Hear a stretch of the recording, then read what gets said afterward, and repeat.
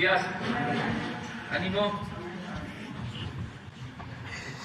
Bueno, vamos a iniciar con la maestra Raquel Buenrostro para que nos informe sobre los trámites que se tienen que hacer y poder contribuir.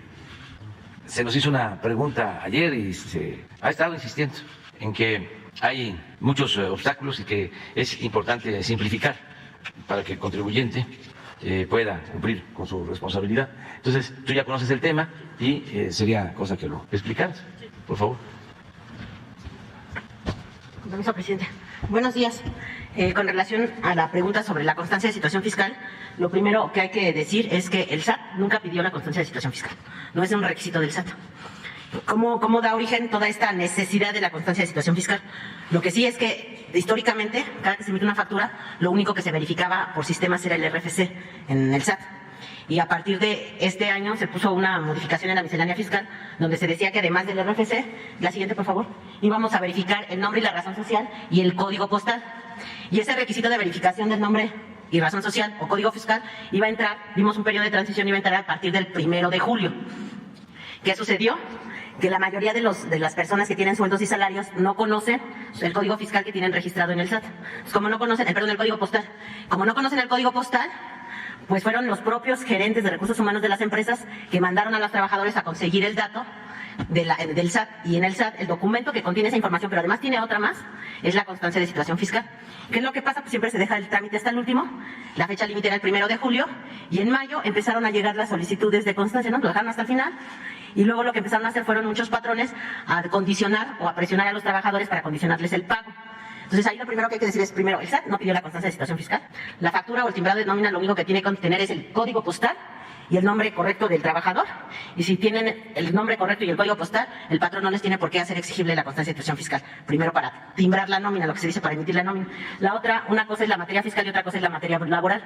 Ningún empleador puede condicionar el pago de un trabajo ya devengado por un trámite administrativo de ningún tipo. Entonces, la siguiente, por favor. Nosotros hemos hecho difusión, desafortunadamente no tenemos, como ya no pagamos publicidad, no tenemos los alcances, pero sí hemos hecho difusión incluso de dónde denunciar si un empleador les condiciona el pago, porque eso no se puede hacer.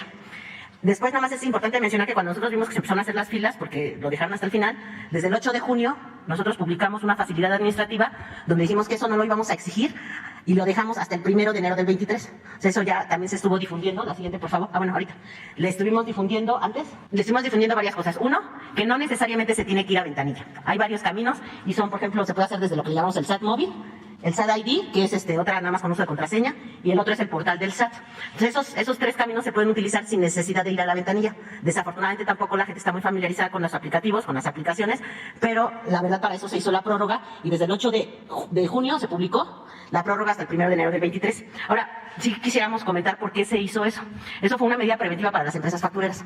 Las empresas factureras, las empresas fantasmas, además de facturar gastos que no existen, también facturan nóminas que no existen. Y las nóminas que emiten principalmente son jóvenes de 18 años o adultos mayores. ¿Por qué? Porque son la gente, por ejemplo, a los 18 años, pues muchos jóvenes no están insertos en el mercado laboral, sino siguen estudiando, y entonces aprovechan para generar nóminas falsas. Y también para adultos mayores. ¿Qué pasa con eso? Por ejemplo, nosotros nada más para que tengan una dimensión, porque son cientos y miles de empresas que hacen eso. Había, por ejemplo, una vez nos llega un pensionado del IMSS que casi se desmaya ahí en una oficina, porque cuando se automatizó la declaración, ven que la declaración para hacerla más fácil ya está toda prellenada, se dio cuenta que al mes él recibía aproximadamente 28 millones de pesos de salarios. Todos eran salarios chiquitos, pero eran muchísimas empresas. Era un señor de como de 87 años que lo llevaron sus hijos en silla de ruedas porque estaba a punto de un infarto, porque es que soy pensionado del IMSS. Yo no sé de dónde me sacan eso. Y las empresas estaban físicamente, o al menos con domicilio, desde Tijuana hasta Mérida, y el señor de todos lados le pagaban sueldos muy bajitos, que incluso les ponen sueldos bajos para tener derecho al subsidio al empleo. Entonces, por eso pedimos el código postal, porque era un dato que solo lo tiene el contribuyente o el trabajador, no lo tienen las empresas. Las empresas a veces sacan el RFC de la CURP. A partir de la CURP hacen sus intentos y como hay un validador de RFCs, pues ahí completan los datos y inventan los RFCs, ¿no? Entonces, esa fue la razón. Y también la razón de denominación social, porque luego tomaban RFCs donde las iniciales, por ejemplo, son muchas veces, por ejemplo, iniciales de entes públicos. Entonces, por ejemplo, hay muchísimas facturas, sobre todo hemos encontrado cuando se compran carros deportivos, que se usa mucho para lavar el dinero, carros deportivos en efectivo, Usan mucho un RFC, por ejemplo, que tiene las mismas iniciales del INDEP. Entonces ponen como si la factura fuera el INDEP.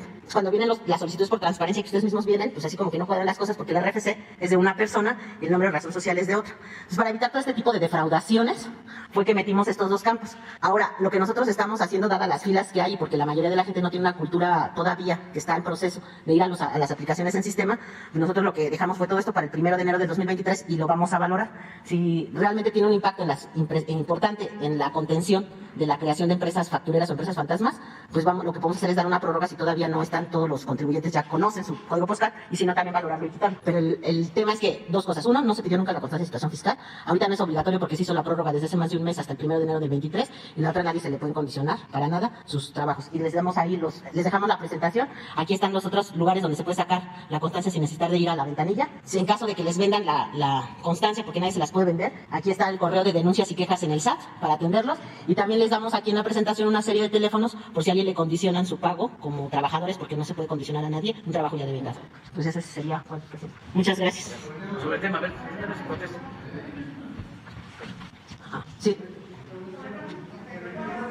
Ajá. Buenos días, Eduardo Esquivel Ancona, SDP Noticias. Buenos días, señor presidente, buenos días, funcionario. Yo le quisiera preguntar en qué estado está el cobro de los impuestos al grupo Alsea. Hay un litigio y se está corriendo, ha salido en las noticias. ¿Cómo va ese asunto y cuánto deben y desde cuándo? Bueno, yo voy a dar información que ya es pública, porque sale en todos los periódicos. Es un crédito que se terminó alrededor de poco más de 3,000 millones de pesos y al sea como cualquier otro contribuyente tiene su derecho a interponer medios de defensa en caso de que no considere que la autoridad no hizo correctamente la determinación del crédito. Él se fue a tribunales a decir que no estaba de acuerdo con la determinación del crédito y ahorita se está litigando. Muchas veces cuando se inicia un proceso en el tribunal ordena una suspensión temporal del cobro en tanto se determina o toma la resolución el tribunal. Entonces, mientras decide el tribunal, nosotros estamos en una suspensión de acción y él está ejerciendo el derecho que tiene a interponer sus medios de defensa. Cuando empezó el gobierno de la Cuarta Transformación, había una lista de deudores prioritarios de grandes empresas. ¿Ya casi se completa esa lista o cuánto les faltará? No, de esa lista ya prácticamente todos pagaron y los que no pagaron ya se encuentran en otros procesos administrativos. Muchas gracias. Gracias. ¿Sobre lo mismo? Sí, sobre lo mismo usted. Gracias. Buen día. Muy amable. Las dos dudas que hay es acerca sobre las pensiones que usted mencionó. ¿Se están pidiendo a las personas que se van a pensionar esa constancia? Porque en algunos papeles del Seguro Social para la pensión lo solicitan. No, el SAT no pide la constancia de situación fiscal a nadie, porque esa es información que nosotros ya tenemos. Vaya, entonces al seguro el SAT no le está pidiendo que lo pida. Nosotros no pedimos constancia de situación fiscal a ningún ente público ni privado.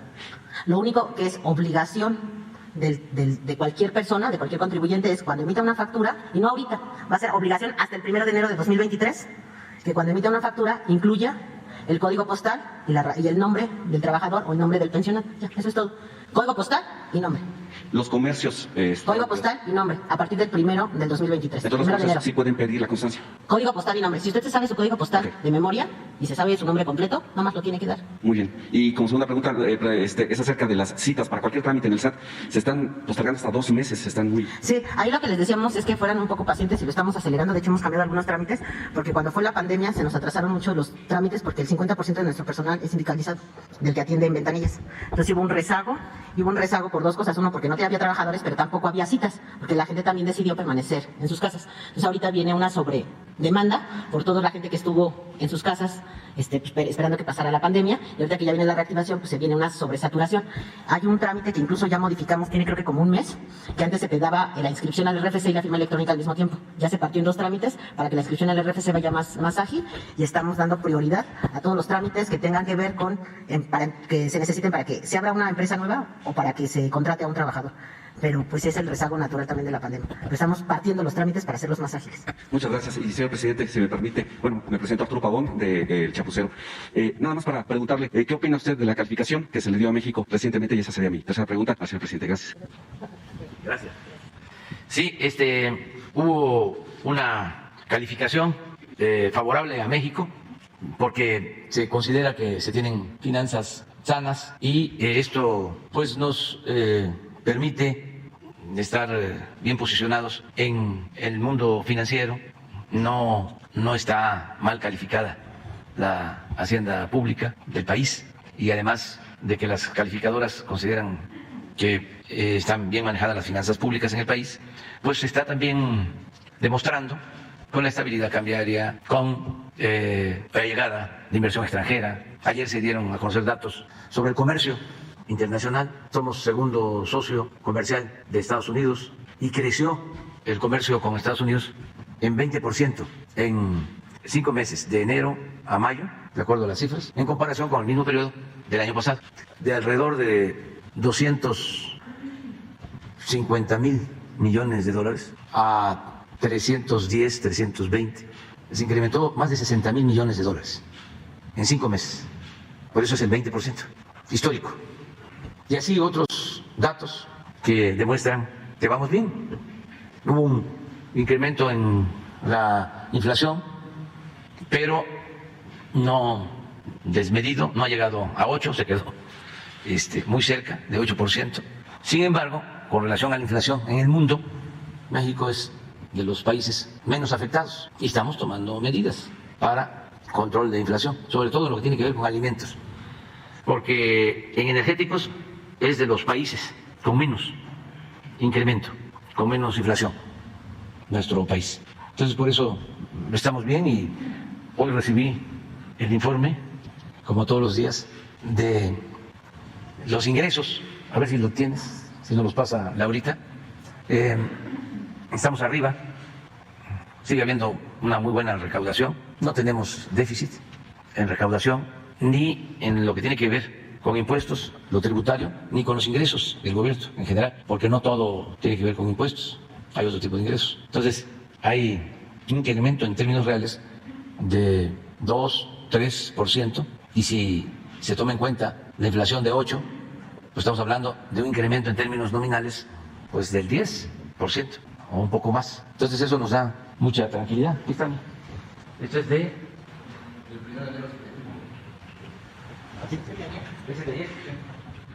Este es el de ayer.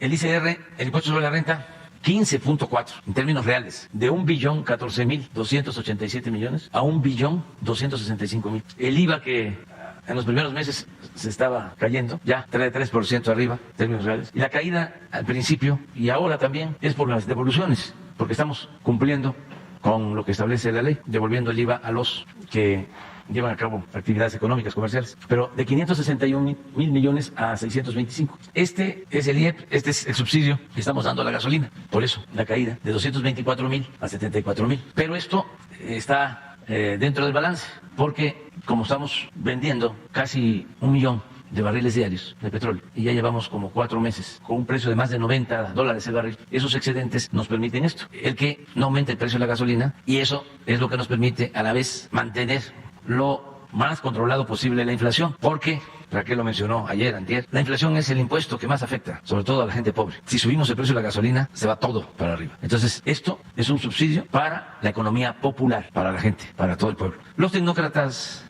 no ven bien esto, porque pues ellos pues tienen para pagar, ¿no? Los de arriba, ¿qué les afecta si se paga la gasolina en 22 pesos o en 30 o en 40 o en 50? Pero para la gente humilde, se aumenta el frijol, se aumenta el pollo, se aumenta el huevo, la tortilla, sí les afecta. Entonces, son visiones distintas, pero para tranquilidad también de nuestros adversarios, tecnócratas, conservadores. De todas maneras, aún con este subsidio, nos está quedando una utilidad, un excedente, como de 30.000 millones. Una vez entregado lo que le corresponde a los estados, porque también, si aumenta el precio del petróleo, del excedente, se benefician los gobiernos estatales, hay más participación. Entonces, van a tener más participación y el gobierno federal, calculamos, todavía va a disponer de 30.000 millones. Los comercios exterior, muy bien. Y lo que hablábamos es, estos son los tributarios, eso es lo que tiene que ver con Raquel de manera directa, ¿no? Y esta es Hacienda en general. Claro que la mayor parte son tributarios, son de 1.772.000 a 2.063.000. O sea, aquí estamos hablando de 200.000 millones más en lo que va del año, en términos reales. Y en total de la recaudación, pues lo mismo, son 3.6 de incremento. Entonces, por eso es lo de la calificación. No hemos solicitado deuda adicional, se sigue manejando el presupuesto con mucha responsabilidad y la clave está en no permitir la corrupción, porque cuando no hay corrupción, el dinero rinde, el presupuesto alcanza. Cuando hay corrupción, no se avanza.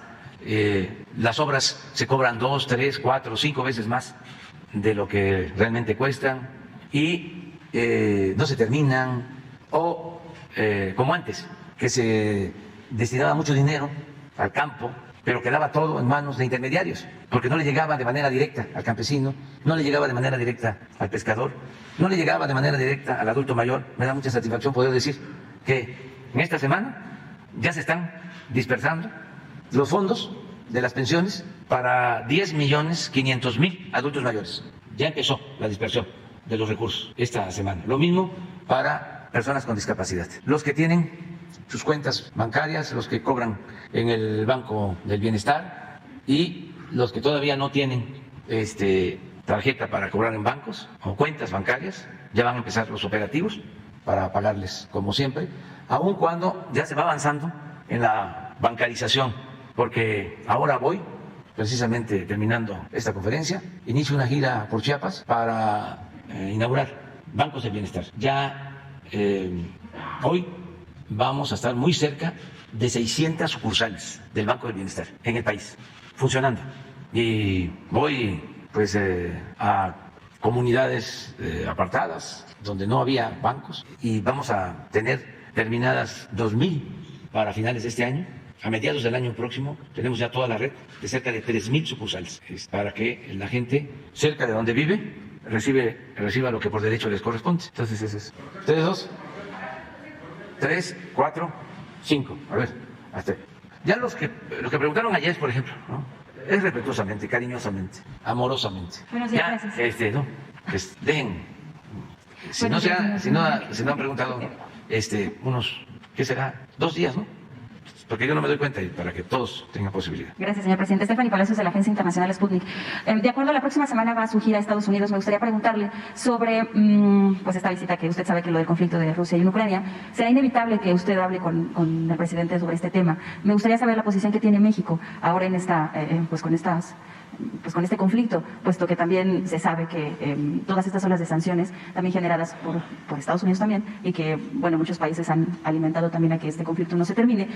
Y hay algunos videos y algunas declaraciones que prueban de que pues este conflicto se ha agravado mucho, porque inversiones millonarias pues han estado pues que no termine, no tenga un fin, ¿no? Hay videos en donde campos y lugares en donde hay granos, hay alimentos, han sido incendiados por unidades de militares ucranianos. Entonces son información y son videos que no se pasan en canales de televisión porque, pues bueno, con este tipo de ola de sanciones la gente no conoce y desconoce esta información. Me gustaría saber cuál es la posición de México ahora que va a Estados Unidos, puesto que será inevitable que el presidente Joe Biden le vaya a preguntar sobre esta situación.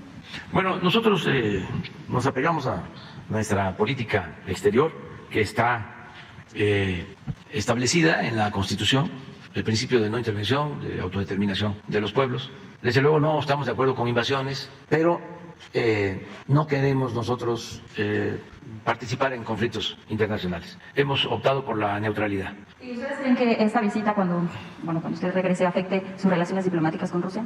No, en ningún caso. En primer lugar, el gobierno de Estados Unidos, el gobierno que encabeza el presidente Biden, es un gobierno respetuoso de nuestra soberanía. ¿Usted cree que...? Me consta. Jamás ha habido una insinuación para que México se pronuncie en este conflicto de Rusia y Ucrania. Han sido muy respetuosos. Seguramente será inevitable que le vayan Pues a la postura va a ser la misma. Nosotros no tomamos partido en esa guerra. Lo que queremos es que se llegue a un acuerdo, que haya una solución pacífica, porque las guerras solo producen sufrimiento. ¿Usted le pediría también al presidente Joe Biden que analice esta posible...? A todos. Yo lo que he dicho aquí es que falló la política, que se inventó para evitar la guerra, entre otras cosas, para poner orden en el caos. No se debió iniciar esa guerra. Pero entre las olas Fue de un error de las cúpulas del poder político y del poder económico en el mundo. En las declaraciones recientes del presidente ruso ha dicho que ellos no están negados a una negociación de paz. Sin embargo, estas sanciones han incrementado a que estas agresiones en Ucrania pues sigan elevándose y que además muchos pobladores huyan también a Rusia. Sí, es muy doloroso todo lo que sucede en una guerra. Pérdida de vidas humanas, desplazados, gente inocente que sufre, que padece.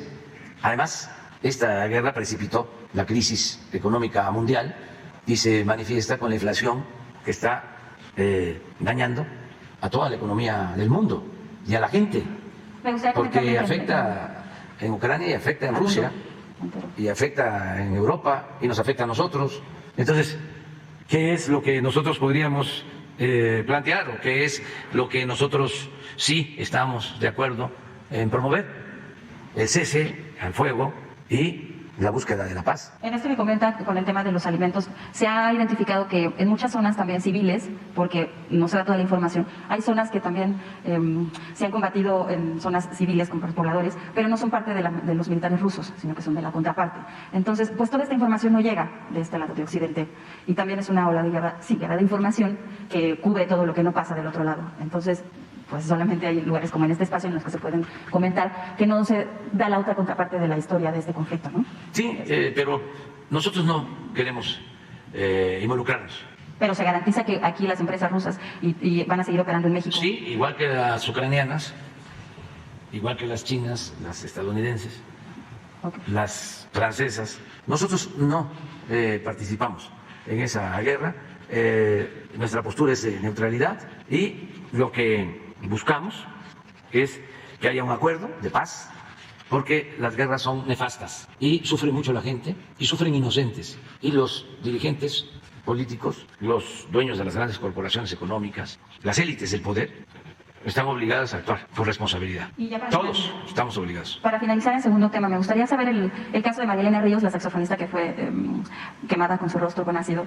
Ella había visitado 2 veces Palacio Nacional para que la recibiera usted. Me gustaría saber cómo va su caso, puesto que Ricardo Mejía había dicho que le habían regresado su protección cuando revisé un documento que le mandó Gobernación, y que no, esas medidas de protección se delimitaron al estado de Oaxaca, no se delimitaron en la Ciudad de México en su traslado, puesto que ella está en riesgo todavía permanente que le pueda suceder algo, está sola en la ciudad. Ella había notificado, había interpuesto un recurso de inconformidad antes de que se hiciera esta junta de gobierno, pero no le hicieron caso. Ella presentó un documento de la Facultad de la UNAM de Música en donde ella notificaba que iba a entrar a clases para hacer clases presenciales, pero no, tampoco hicieron caso en lo del mecanismo y la junta de coordinación para que le regresaran sus medidas. Pero han pasado ya casi 2 meses de eso. La CNDH interpuso una recomendación para que el caso pasara a la Fiscalía Federal de la República y le mandó una recomendación también al gobernador de Oaxaca, Alejandro Murat, que ya va a salir del cargo, pero pues bueno, el gobernador está haciendo, pues ya mencionó sus aspiraciones presidenciales y pareciera que estos casos, pues bueno, se quedan en el aire, señor presidente, porque pues ella está entre Oaxaca y en la Ciudad de México y pues ella está sola. O sea, yo no sé si están esperando en el mecanismo el señor Alejandro Encinas que le pase algo a María Elena para que, bueno, ya le pongan una seguridad en estos traslados que tiene de Oaxaca a la Ciudad de México. Ella está casi permanentemente aquí en la ciudad porque tiene que ir a estudiar, pero pues bueno, no han... Ahora vamos a ver cómo está su situación. El informe que yo tengo es que fue atendida por Ricardo Mejía, por Alejandro Encinas. Ella no ha visto a Alejandro Encinas. De hecho, a mí me enseñó cuando le habló a Alejandro Encinas y no le contestó. Entonces, son situaciones que pasan que cuando se buscan a los funcionarios, pues no contestan. Puede ser que no haya visto a Alejandro Encinas, pero sí fue atendida. Pero no tiene las medidas de protección, que las tiene en Oaxaca solamente. O sea, que ella casi no está en Oaxaca. Pero si es así, con gusto, y además es nuestra responsabilidad, lo hacemos. Nada más vamos a esperar a que nos informen el día de hoy. Ya me informaron de que fue atendida. El 2 de junio fue cuando Gobernación publicó esta información. El 2, estamos a 8 de julio y pues bueno, ya sigue sin protección con el... Hoy lo vemos. Gracias. Sí.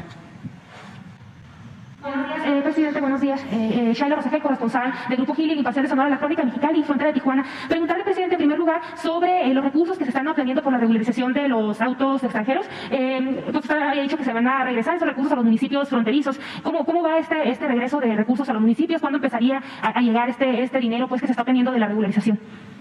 Pues parece que estabas hoy en la reunión del gabinete de seguridad, porque se trató ese tema. Claro que fue una casualidad, una coincidencia afortunada. Ya se trató, lo planteó la secretaria de Seguridad y tú me dices que ya se está entregando. Me gustaría que, si Rosa Isela nos envía la gráfica, esto es lo que... Pero ¿por qué no ponen la otra, la anterior? Estos son los vehículos que se han regularizado. Y en efecto, en el caso de Sonora, son 37.298. Solo le gana Chihuahua, con 38.202. Y en tercer lugar está Baja California, 36.486. Hasta el día de hoy, tenemos hasta septiembre, que se piensa que vamos a cumplir con la meta de 500,000. Y ya lo recaudado hasta ayer, o al día 7, son 502 millones de pesos. De esos a Sonora le corresponden 93,245,000. Ya hoy di la instrucción para que Hacienda, pero transfiera los fondos a los estados, con la recomendación de que se usen para mejorar las calles, para repavimentar donde se pueda, tapar baches donde sea posible, donde no haya tanto bombardeo y haya demasiados baches, y lo que hay que hacer es reencarpetar hasta donde les alcance, y van a contar con nosotros también, vamos a seguir apoyando, porque es una demanda de la gente. ¿Se acuerdan que aquí vemos cuando se le pregunta a la gente en las encuestas que hace el INEGI sobre los principales problemas de las ciudades, y sale en primer lugar lo de los baches? Entonces, este plan es para garantizar que haya seguridad, que el que tiene un vehículo irregular asuma su responsabilidad, porque muchos delitos se cometen en carros de procedencia extranjera sin regularizarse. Entonces, ese es un propósito. Lo segundo es también pues darle la facilidad a la gente que no tiene para comprar un carro nuevo, y que pues un carro es pues un instrumento para ir al trabajo, para llevar a los hijos a la escuela, y también con estos recursos pues ayuda a los gobiernos, tienen ingresos para componer las calles. Por eso es que se decidió esto. Presidente, entonces, ¿este recurso cuándo llegaría ya? ¿Dio la instrucción hoy? Ya hoy yo di la instrucción para que Hacienda transfiera los fondos, pero tú no sé. Sí, esperemos que se haga lo más pronto posible, y nos están escuchando los de Hacienda y los de Comunicaciones y Transportes y la directora del SAT, para que a más tardar la semana próxima ya se entreguen los 500 millones. ¿Y el reparto de este recurso va a quedar a juicio del Estado completamente? Queda pues a cargo del Estado. ¿O es para los municipios en donde más se ha regularizado? Ahí es donde ellos tienen que decidir cómo lo distribuyen. Hay un reglamento que se aprobó. No sé si es para los municipios en donde se llevaron a cabo los actos de regularización, donde se regularizó los carros, o llega al Estado y ahí se distribuye. ¿Y esa cantidad que está aquí en la tabla, esa es la que le corresponde a cada Estado? Eso es lo que corresponde hasta ahora, porque pues, es diario.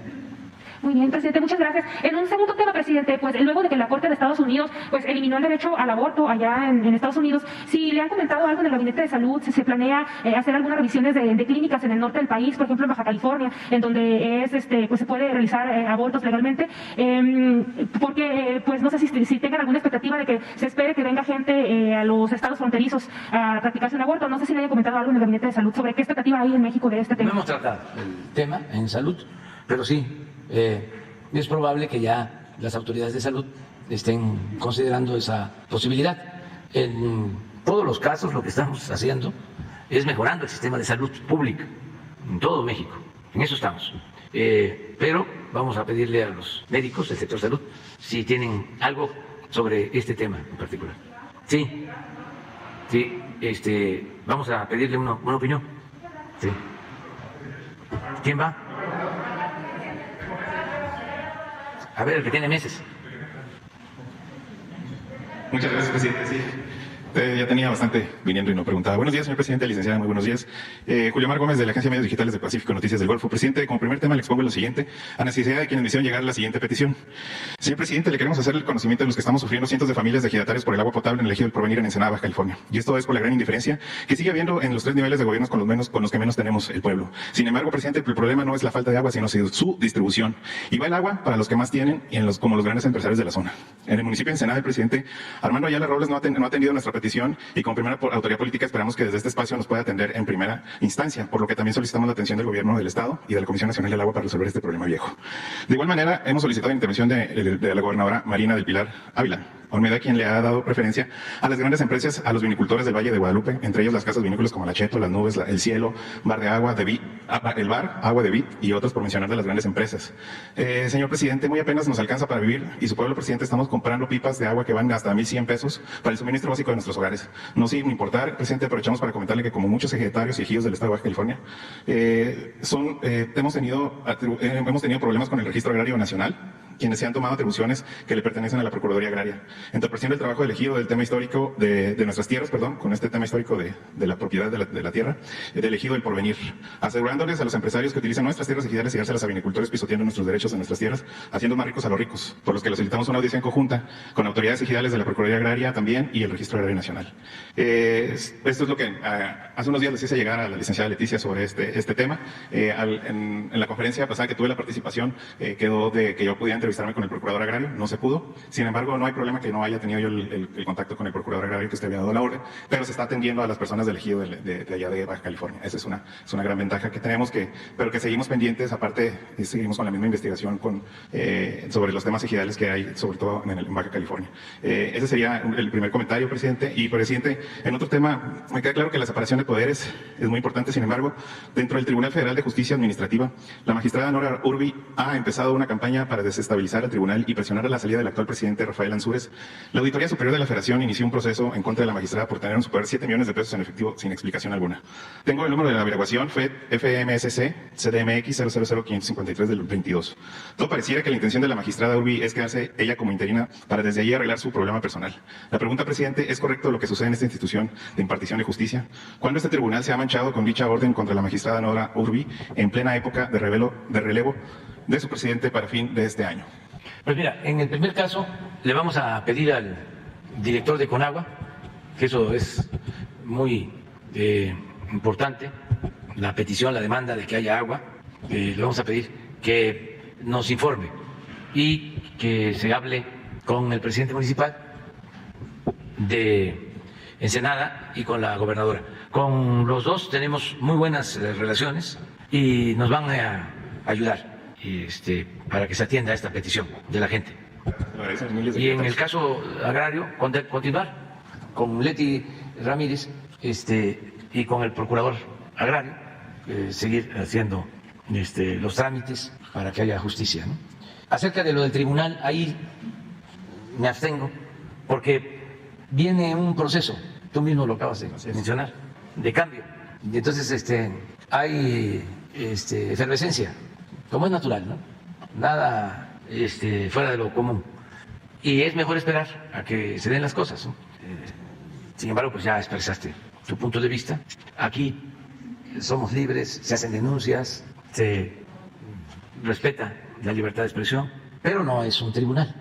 Aquí opinamos libremente, ejercemos a plenitud nuestra libertad y nuestro derecho a disentir, pero existen pues ministerios públicos y jueces y magistrados y ministros, ¿no?, que son los que deciden quién es culpable, quién no es culpable. Eso nada más aclararlo, pues, porque no podemos hacer aquí juicios que tienen que ver con el Poder Judicial, pero sí expresarnos con libertad.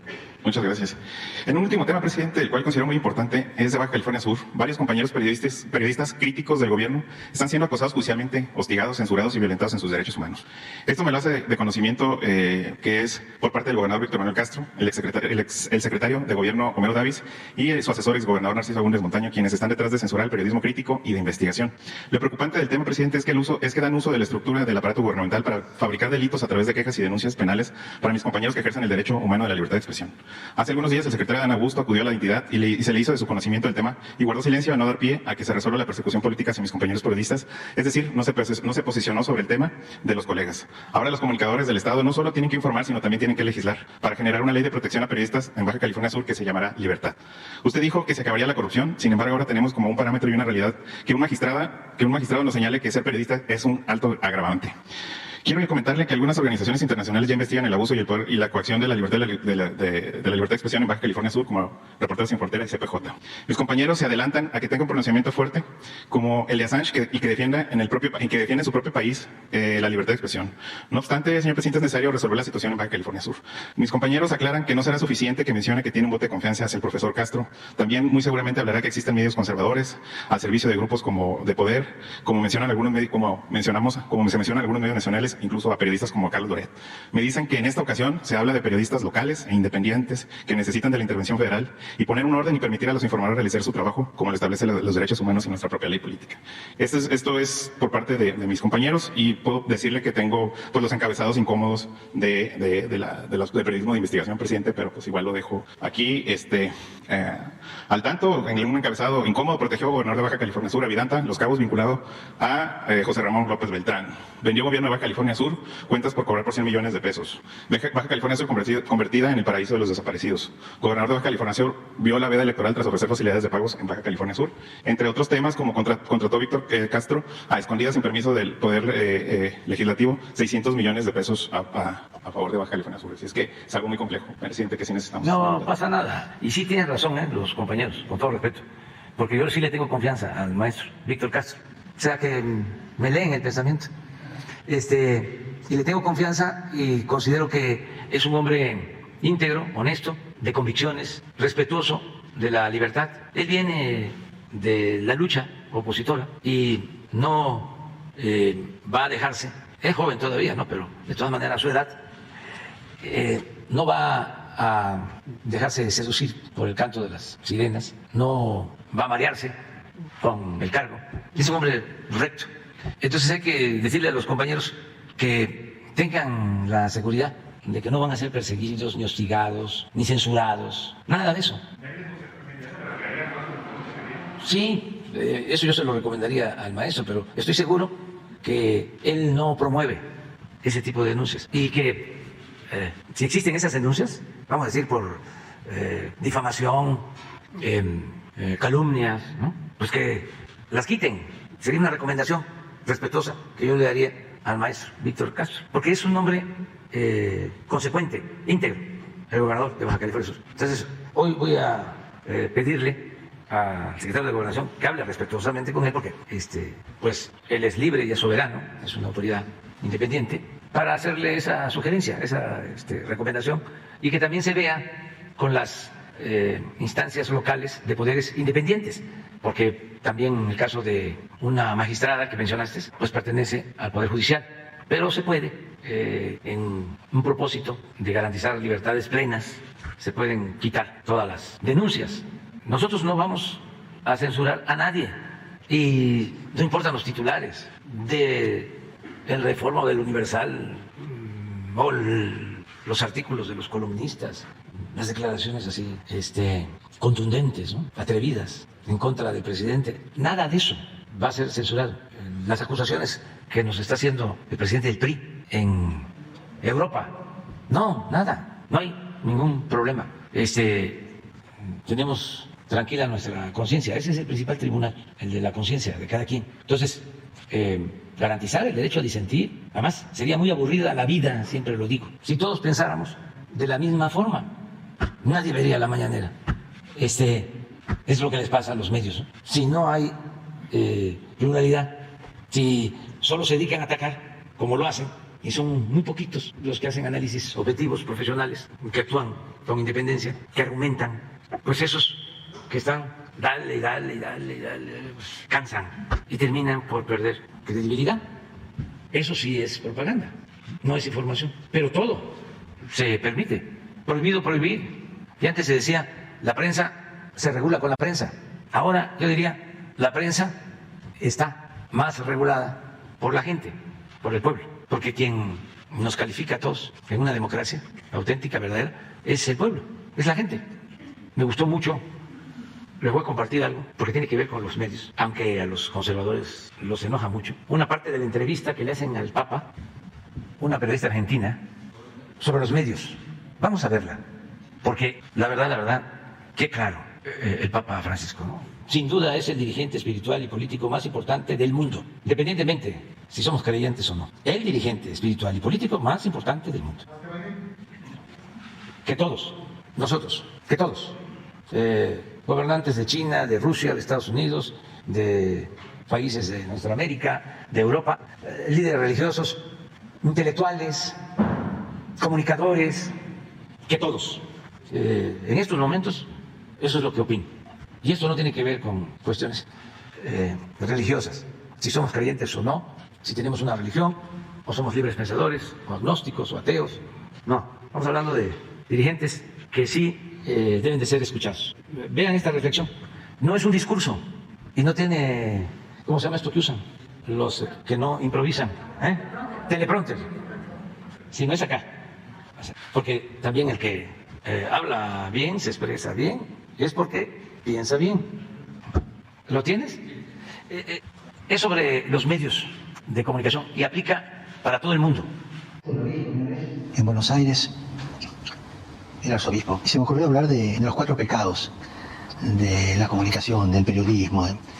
Primero, la desinformación, decir lo que me conviene y callarme lo otro. No, decir todo. No podés desinformar, tenés que informar todo. Segundo, la calumnia. Se inventan cosas. A veces te destruyen una persona con una comunicación. Tercero, es la difamación, que no es calumnia, pero quizá una persona que en otra época la pensó de esta manera, pues su pensamiento cambió y qué sé yo, traerle lo que ya cambió. Es como si a vos, adulto, te trajeran los pañales sucios de cuando era chiquito, ¿no? Es decir, era chico, era así, pensaba así, cambió, ahora es así, no difamar. Y el 4 pecado es la coprofilia. Es decir, es el amor a la caca, el amor a la porquería, ¿no? O sea, buscar ensuciar, ¿no? Buscar el escándalo por el escándalo, ¿no? ¿Cómo lo ven? Bueno, ya. Vamos, ¿quién sigue? Gracias, presidente. Buenos días. Judith Sánchez Reyes, corresponsal de Imagen del Golfo de Veracruz. Ayer se dio información sobre este ataque que sufrió la colega Susana Carreño la semana pasada en Puerto Vallarta. Se dice que fue un asalto a mano armada, versión que no coinciden ni familiares ni la opinión pública. Sin embargo, la propia dependencia dijo que se va a investigar otras líneas en otro sentido. Y justamente en esta parte quisiera yo preguntarle cuáles van a ser las medidas de protección que se le otorgarán a Susana en el tiempo que se está dando esta investigación, porque Susana en reiteradas ocasiones denunció la construcción de obras irregulares que impactaban el medio ambiente en Puerto Vallarta. Era, digamos, la portavoz de muchos grupos de ciudadanos en ese estado. Y preguntarle si este tipo de ataques no los califica o no los percibe el gobierno federal como un reto o una afrenta, tomando en cuenta pues la impunidad con la que se sienten protegidos las personas que lo realizan. Y se lo pregunto porque también la semana pasada se dio un ataque, una agresión de una colega en Morelos por parte de un elemento de la Policía de Investigación Criminal de la Fiscalía General del Estado. La colega agredida fue Ana Lilia Mata. Entonces quisiera ver si me puede dar su opinión al respecto. Sí, lo de Susana lo estamos atendiendo desde que fuimos informados de este agravio cobarde y no hemos dejado de considerar que pudo ser un atentado por sus denuncias, porque Susana es una mujer de lucha. Entonces, lo tiene la Fiscalía del Estado de Jalisco. Se habló primero de que se podía tratar de un robo, no se aceptó solo esa hipótesis y ahora ya se incluye en la investigación la posibilidad de que fue un atentado contra su vida por cuestiones de su desempeño como luchadora social, como periodista. Entonces, estamos en comunicación con su familia, con su hijo, con ella. Lo primero que hicimos fue brindar todo el apoyo para salvarle la vida. Afortunadamente se logró salvarle la vida. Tiene protección desde que sucedieron los hechos, se le cuida y continúa la investigación. No puedo decir más porque sí estamos atendiendo de manera especial el asunto. Si es una afrenta a la autoridad, eso, pues si fuese un propósito el mandarnos un mensaje o que no les importa si nosotros defendemos a dirigentes sociales como Susana, pues están equivocados, porque nosotros vamos a seguir apoyando a dirigentes sociales, protegiendo a dirigentes sociales, y no va a haber impunidad para nadie. Puede ser que en el ámbito local dominen y puedan corromper agentes, pero estos casos siempre son de interés del gobierno federal y los tratamos todos los días con toda la responsabilidad y no permitimos a nadie que actúe al margen y por encima de la ley. Y cuando las agresiones son de parte, por ejemplo, de integrantes de algún cuerpo de seguridad, en este caso lo que sucedió en Morelos. Lo mismo. Trátese de que se trate. No hay impunidad para nadie. El que comete un delito es juzgado. Ya no hay influyentismo. No se permite que los delincuentes tengan protección del gobierno. Por eso estoy convencido de que vamos a ir avanzando cada vez más en serenar la vida pública, en conseguir la paz, porque no solo estamos atendiendo las causas, se está ayudando a la gente más necesitada, se está procurando que haya trabajo, que sean buenos los salarios, se atiende a los jóvenes, trabajamos todos los días para garantizar la seguridad y algo muy importante, no se permite el contubernio, la asociación delictuosa entre delincuentes, sean de la llamada delincuencia organizada o de cuello blanco y autoridades. No existe esa mezcolanza, no se alimentan, no se nutren mutuamente la delincuencia y la autoridad.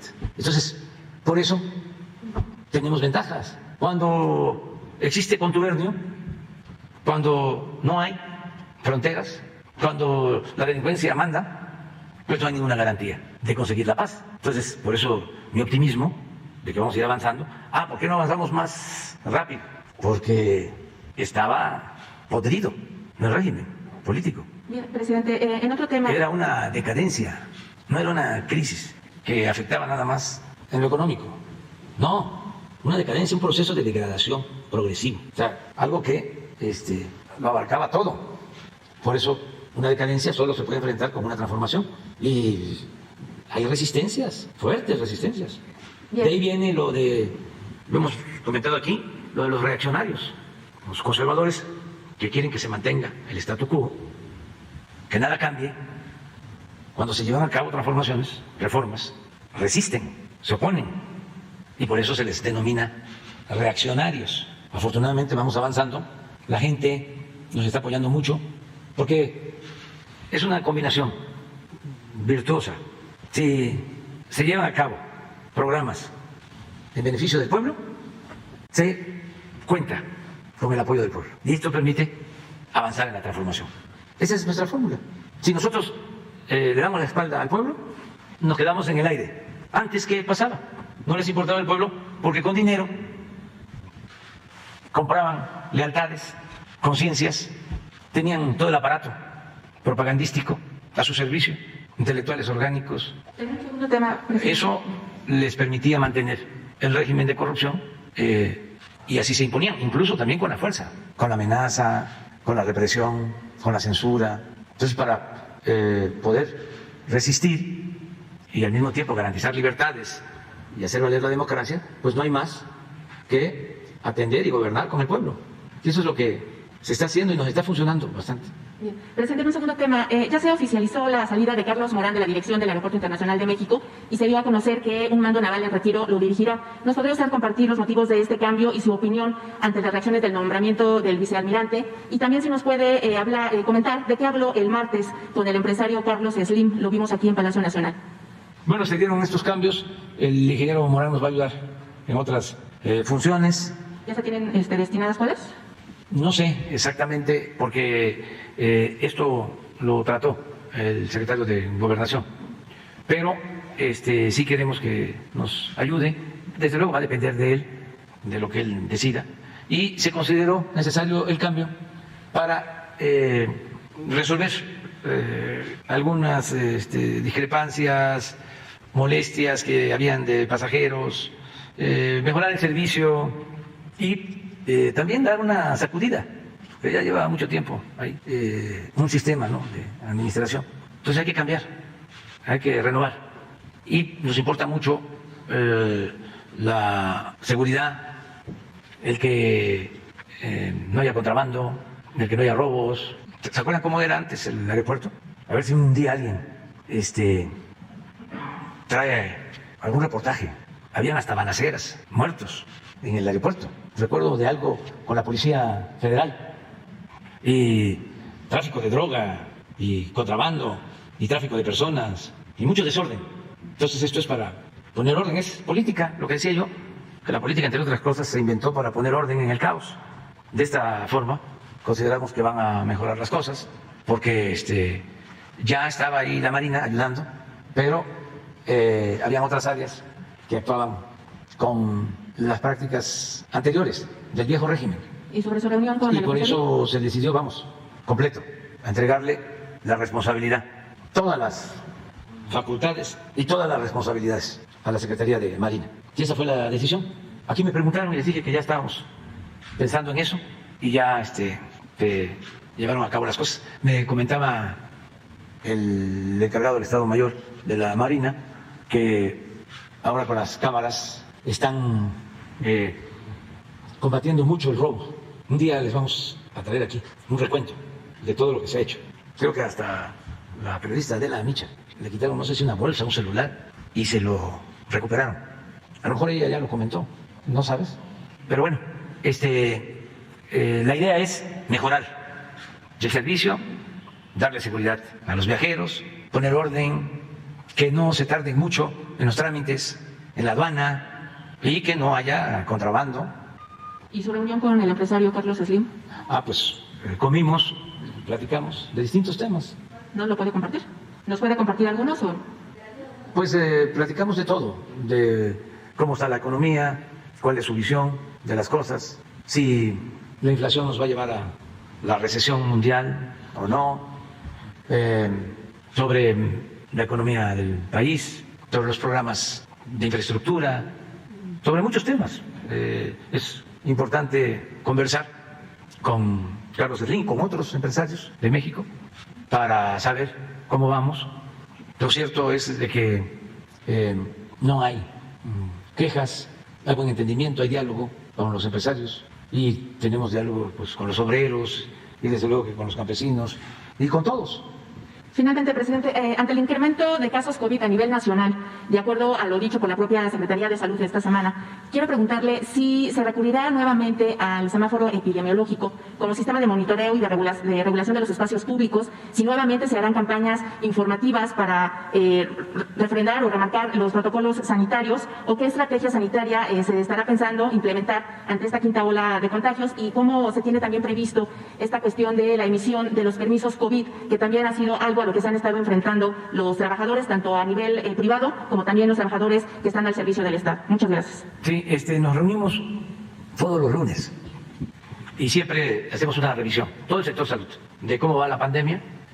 Aun cuando no se da a conocer, sí tenemos el mapa para ver si en algún estado en especial se requiere actuar de manera urgente. Hasta ahora todo está en verde, es decir, no tenemos ningún estado en amarillo y mucho menos en situación de gravedad. No tenemos saturación en hospitales, es muy poco. La semana pasada, el martes, bueno, este martes, el informe era que teníamos un promedio de 10% de hospitalizaciones generales y 3% de hospitalizados en terapia intensiva. 3%, o sea, y el número de fallecidos que nos importa mucho. Pues aquí está. Afortunadamente, la mayoría de la gente ya tiene vacunas. Estamos seguros, y por eso no vamos a dejar de decirlo, de que afecta más a los que no están vacunados o que no tienen la vacuna de refuerzo. También, si pasas a la siguiente, el número de fallecidos está en 12. La mayoría de ellos, 12 fallecidos diarios, no vacunados y con otras enfermedades. Aquí está, miren los no vacunados. Pero le estamos dando un seguimiento. ¿No tienes el mapa? Que todo esté en verde.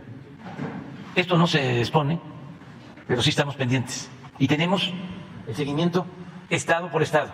O sea, sí estamos revisando. Va a depender del comportamiento. Por ejemplo, el lunes tomamos decisiones y el martes ya les decimos aquí. Ahí está. Incluso creo que en la página de salud tienen la información. Todo el tiempo. Muy bien.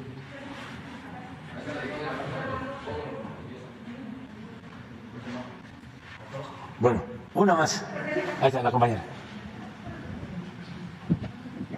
Buenos días, presidente. Buenos días, señor Buenrostro. En primer lugar, le quiero preguntar acerca de esta decisión del gobernador de Texas, Greg Abbott, que emitió una orden ejecutiva para que la Guardia Nacional y Seguridad Pública de Texas pueda devolver a los inmigrantes sin documentos a la frontera. Ya hubo un posicionamiento anoche de Relaciones Exteriores, pues señalando que no se puede entender esto sin considerar las elecciones en Estados Unidos, y también pues delineando que la ley migratoria solo es una facultad del gobierno federal de Estados Unidos. Yo quisiera conocer, presidente, su posicionamiento respecto a esta decisión y también cómo va a actuar o qué medidas va a tomar el gobierno de México ante esta decisión del gobernador de Texas.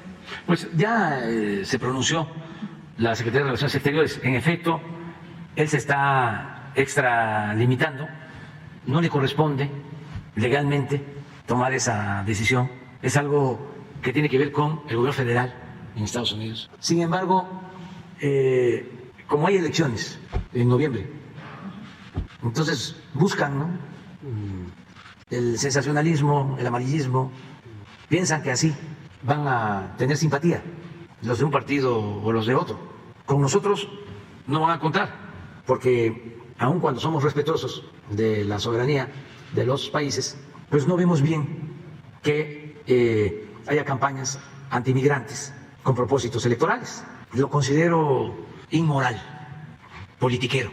Entonces, no creo yo que a los migrantes que han ayudado, han contribuido a la construcción de ese gran país, de esa gran nación, hay migrantes de todo el mundo, de Italia, bueno, Estados Unidos le dio refugio a perseguidos de todo el mundo, a libaneses, a judíos, desde luego a nuestros connacionales, también de pueblos del continente americano, de todos lados, de Asia, pues les agrade esa política antiinmigrante.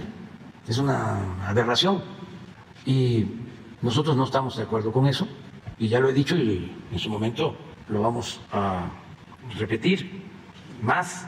O sea, si hay un candidato o un partido que maltrata a migrantes y maltrata a mexicanos, vamos a pedirle a nuestros paisanos que nos ayuden allá para que no se vote por esos partidos ni por esos candidatos. Que no olviden lo que se dice en la canción de Rubén Blades: el que no quiere a su patria, no quiere a su madre. Muchos de los que viven en Texas tienen orígenes mexicanos, muchos, porque Texas pertenecía a México. Y en toda la Unión Americana hay mexicanos, 38 millones de origen mexicano, 38 millones de personas de origen mexicano, gente trabajadora, buena, que no debe ser maltratada. Ningún migrante. Y yo creo que esto aplica para todos los migrantes de cualquier país. Ahí en Texas hay políticos de origen mexicano, hay políticos de origen cubano, hay políticos también de origen asiático, y que van a estar apoyando a partidos o a políticos inhumanos, retrógradas, que están pensando en muros y en el uso de la fuerza y militarizar, cuando lo que se tiene que pensar es en la unidad y la fraternidad universal, que no está en la Biblia, que hay que proteger al forastero, que no hay que maltratarlo. Y muchos son evangélicos o católicos. ¿Y por qué no cumplen con las Escrituras? ¿Y por qué esa hipocresía, ese doble discurso? Ni más para sacar votos. Es muy vulgar hacer eso. Y no tiene fundamento legal, además, porque no les corresponde. Es como si aquí el gobernador, ¿de dónde? Porque me van a decir, cambia de ejemplo. El de Sonora, porque es antiguo. El de Sonora. Dice, no vamos a permitir que entren los estadounidenses a Sonora. Pues no puede, porque esa es una facultad del gobierno federal, toda la política migratoria. Pero aunque es una obviedad, lo hacen porque pues ya no tienen hablando de ese asunto, por ejemplo. Ya lograron su propósito. ¿Lo va a hablar con Biden, presidente, y saber si también en el sentido de su próxima... Yo estoy seguro que el presidente Biden no acepta eso, no aprueba eso. Estoy absolutamente seguro. Es más, ya el Departamento de Estado ya está cuestionando esa medida. Este mismo gobernador, hace unos días, inventó que había que revisar los frenos de los sí, volver a aplicar retenes para revisar los transportes. Carreteras, para obstaculizar las fronteras, las aduanas. Cerró las aduanas con una argucia, con una maniobra supuestamente de tránsito. No es serio el señor, no es serio. Con todo respeto también a su autoridad, ¿no? Pero que no venga con eso, ¿no? Y a ver, ¿hay elecciones en Texas? Sí, en varios estados. Y legislativas también. ¿Sí hay? Y legislativas en noviembre. Ah, pues hay que estar pendientes. A ver quién va a ser ahí, quién va a ser candidato, a ver a quién apoya a él para estar pendiente, porque van a iniciar campaña con eso. Y ya lo dijimos, no vamos a permitir que se maltrate a los migrantes y a los mexicanos. Y de cara, presidente, a este encuentro, a esta reunión con Biden, ya terminó de definir la agenda, presidente, y si nos puede compartir parte de los temas que van a estar formando parte de sus planteamientos durante esta conversación. Es ayudarnos mutuamente en una circunstancia difícil para los dos países y, desde luego, para el mundo. Entonces, tenemos que mantener una política de buena vecindad y estrechar aún más los lazos de cooperación entre los dos países, porque la crisis nos afecta. Estamos hablando que somos buenos socios económicos, comerciales, vecinos, amigos, y una inflación descontrolada, pues sí es preocupante. De modo que tenemos que buscar actuar de manera conjunta, ayudarnos mutuamente para el control de inflación. Por ejemplo, este es un asunto que le voy a proponer. Tenemos nosotros un plan que, si lo aplicamos conjuntamente, puede dar resultados favorables, puede ayudar a nuestros pueblos. Son temas. Y tiene que ver también con la migración, tiene que ver con otros asuntos. ¿Va a adelantar la medida en la propuesta económica que quedó pendiente, presidente? Estas medidas de carácter económico para evitar la inflación, usted había señalado en días pasados que había una y que iba a dar a conocer. Sí, pero es que es parte del planteamiento que vamos a hacer. Presidente, y si me permiten otro tema, en el acto del campo militar el 22 de junio, donde se formalizó esta apertura a los expedientes de todas las instalaciones militares que estuvieron involucradas en los actos o en el episodio de la llamada Guerra Sucia, caló muy hondo entre familiares de las víctimas de personas desaparecidas el discurso del secretario de la Defensa Nacional, Luis Crescencio Sandoval, donde señalaba que ya había autorizado usted que se inscribieran los nombres de los militares que cayeron en el cumplimiento de su deber, así lo dijo, por hechos del pasado. Yo le quiero preguntar, presidente, si usted autorizó este acto que dijo el secretario de la Defensa era manera para rendir tributo y homenaje a esos militares, y pues también sobre este posicionamiento que han hecho diversos comités y colectivos que pues se han mostrado indignados por esta decisión, por este anuncio, y pues exigieron que no se honre a los militares que participaron en estos hechos del pasado, en este terrorismo de Estado. Pues preguntarle acerca de qué le responde precisamente a estos familiares de víctimas y saber si efectivamente usted autorizó este homenaje, presidente. Mire, yo lo que considero que es el momento es el tiempo de la reconciliación. Ya se ha avanzado el que los familiares de las víctimas de la Guerra Sucia participaran en este acto, el que se abriera el campo militar número 1, pero no solo eso, que se abran todos los archivos, que se inicie una investigación. Es un avance importantísimo. Acerca de las intervenciones, pues hubieron con toda libertad expresiones, en su mayoría condenatorias, de la represión y del autoritarismo. Pero también el general Sandoval habló de quienes, en cumplimiento de su responsabilidad, para no decir de su deber, reciben órdenes y también perdieron la vida, fueron asesinados. No está hablando de los que operaron esas represiones, sino de soldados del pueblo que perdieron la vida. A eso se refirió. Y sí, eso me lo consultó. Y yo dije que sí, porque hablamos de los soldados. Hasta dijimos, esto no incluye a personalidades o a oficiales, que ya sabemos. Le dije. Dice, no, claro que no, porque él es un agente sensible.